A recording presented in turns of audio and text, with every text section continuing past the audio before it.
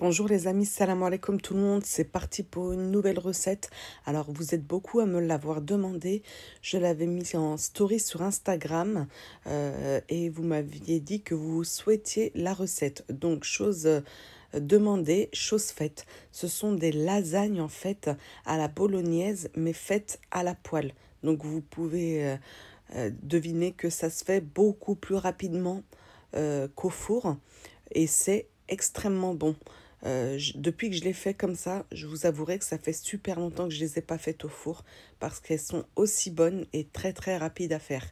Ce jour-là, j'avais travaillé toute la journée, donc ça m'a mis j'ai mis une demi-heure à faire ces lasagnes à la bolognaise. Donc pour ce faire, les amis, dans une sauteuse, vous allez faire venir de l'huile d'olive ou de l'huile de tournesol. Ensuite, vous allez mettre votre viande hachée, vous allez bien la faire revenir à feu vif. Vous allez la faire dorer. Vous allez ensuite ajouter 2 beaux oignons et assaisonner, donc du sel.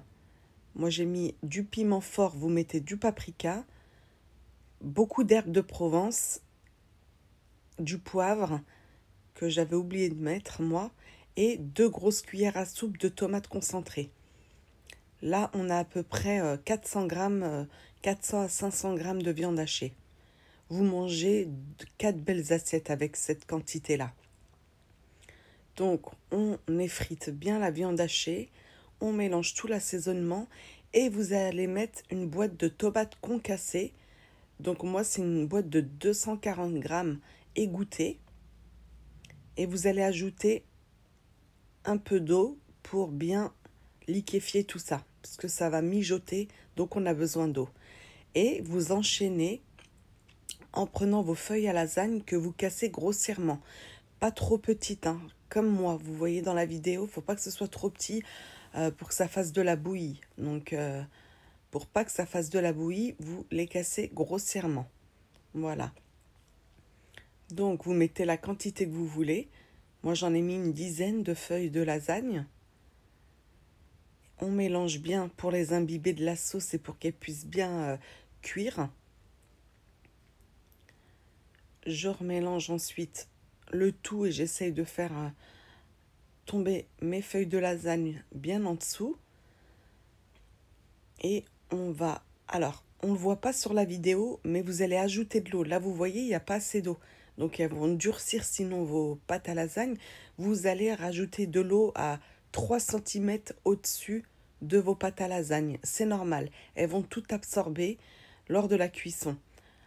Malheureusement, on ne l'a pas vu sur la vidéo, je ne sais pas pourquoi.